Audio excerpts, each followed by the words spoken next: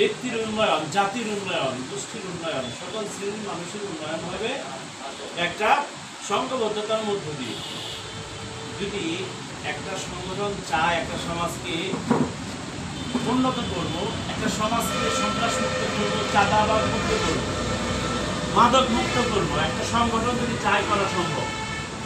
বিচ্ছিন্নভাবে 10 জন মানুষ যদি হাজারো চেষ্টা করে তাহলে সেই অনৈতিক অবৈধ সমাজের শোষণমূলক কাজগুলোকে বন্ধ করা সম্ভব, কিন্তু একটা সংগঠনের মাধ্যমে সম্ভব। যেমন আমরা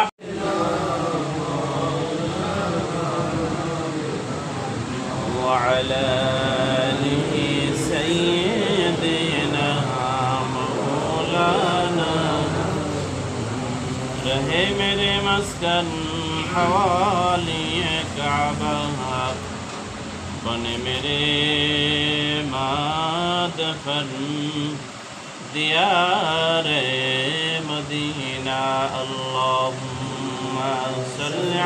জন হাত তুলেছে, কারো মা আছে বাবা নাই, কারো বাবা আছে মা নাই, আবার কারো মা বাবা দুজনের কেউ নেই গো আল্লাহ। অন্ধকার কবরবাসী হয়ে গিয়েছে, প্রত্যেকের আমল নামায় হাদিয়া পৌঁছে দিয়ে কবরগুলোকে জান্নাতের টুকরা বানিয়ে দাও ইয়া আল্লাহ তাআলা। রব্বুল আলামিন মানিকগঞ্জ কল্যাণ সমিতির সম্মানিত সভাপতি সাহেব মোহাম্মদ আবুল হোসেন রানা সহ উন্নয়নমূলক কাজের জন্য কবুল করো মাওলা।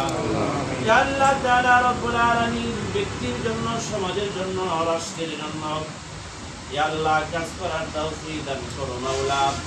ইয়া আল্লাহ জাতির সেবামূলক কাজ করার তৌফিক দান করে দাও ইয়া আল্লাহ। অফিসকে দুনিয়াবি সকল প্রকার মুসিবত থেকে ইয়া আল্লাহ হেফাজত করো, মানুষের চক্রান্ত থেকে হেফাজত করো রব্বুল আলামিন। সমাজের সেবামূলক কাজ করার তৌফিক দাও, প্রত্যেককে একনিষ্ঠভাবে কাজ করার তৌফিক দান করো মাওলা। রব্বুল আলামিন একটা সংগঠন ইচ্ছা করলে সমাজকে পরিবর্তন করতে পারে, যদি ভালো কোনো ইচ্ছা করে রব্বুল আলামিন, আবার যদি খারাপ কোনো ইচ্ছা করে একটা সমাজকে ধ্বংস করে দিতে পারে রব্বুল আলামিন। অত্র মজলিসে প্রত্যেকটা মুমিন মুমিনার অন্তরের ভিতরে তুমি ঈমানি শক্তি বৃদ্ধি করে দাও মাওলা। আল্লাহ প্রত্যেকের শ্রমকে কোরআনের জন্য কবুল করো, ইসলামের জন্য কবুল করো মাওলা। প্রত্যেকের শক্তিকে ইসলামের জন্য ব্যয় করার তৌফিক দান করে দাও মাওলা। রব্বুল আলামিন সবার জীবনের গুনাহগুলো মাফ করে দাও রব্বুল আলামিন। জেনে বুঝে ইচ্ছা অনিচ্ছায় যত গুনাহ আছে ওদের সংস্পর্শে ধামরাই কিন্তু আসলে সমৃদ্ধি লাভ করছে। মানিকগঞ্জ যে মেধাগুলি সেগুলো ধামরাই আসলে ধামরাই ক্রীড়া সংস্কৃতি রাজনীতি অঙ্গনে সব অঙ্গনে ধামরাই সমৃদ্ধি লাভ করছে এবং দিন দিন এটা একটা আত্মার সম্পর্ক হয়ে গেছে মানিকগঞ্জ ধামরাই। আপনারা যেটা উদ্যোগ দিচ্ছেন মানিকগঞ্জবাসী একসাথে থাকার যে একটা দৃষ্টান্ত অনেক জেলারই কিন্তু পাওয়া যায়, একসাথে থাকার দৃষ্টান্ত এবং আমাদের বলল একটা সংঘবদ্ধ শক্তি পারে যে কোনো বৈপ্লবিক পরিবর্তন ঘটাতে, যেটা আমরা 5 আগস্ট দেখলাম। দীর্ঘদিনের যেহেতু রাজনীতি করি, রাজনীতি কথা সেই যায় দীর্ঘদিনের একটা কঠিন শৈল শাসককে উৎখাতের যে মূল শক্তি ছিল সেটা ঐক্যবদ্ধ একটা শক্তি ছিল। জাতির ঐক্যবদ্ধ শক্তিই কিন্তু এত বড় একটা অসত্যকে সাহায্য করছে। তো সেখানে একটা ভালো কাজ করতে গেলে অনেক সময় দেখা গেল যে ভালো আক্রান্ত হয়ে খারাপের মধ্যে। তেমনি ভাবে এই মানিকগঞ্জ সমিতির এই ভর্তিও আক্রান্ত হয়েছে, সাংবাদিক হয়েছে।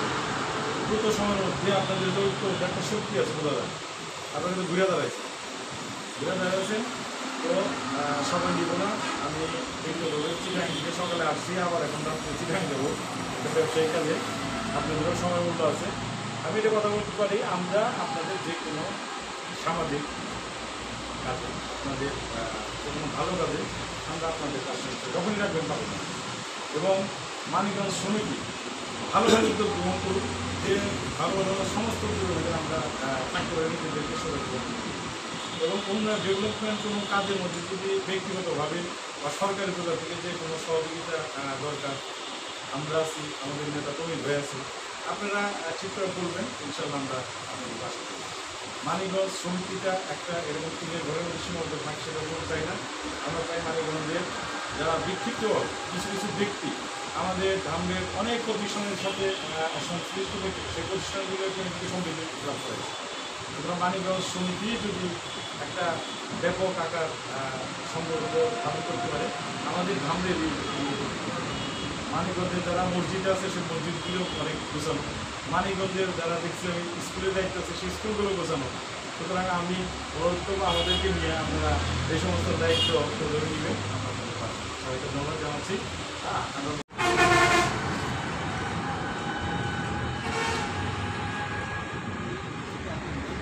ইট এগুলা হয়েছে বাইরে হয়েছে, ঘরের থেকে বাইর করছি আমাদের। হ্যাঁ, এইগুলা বিছাম ওইখানে।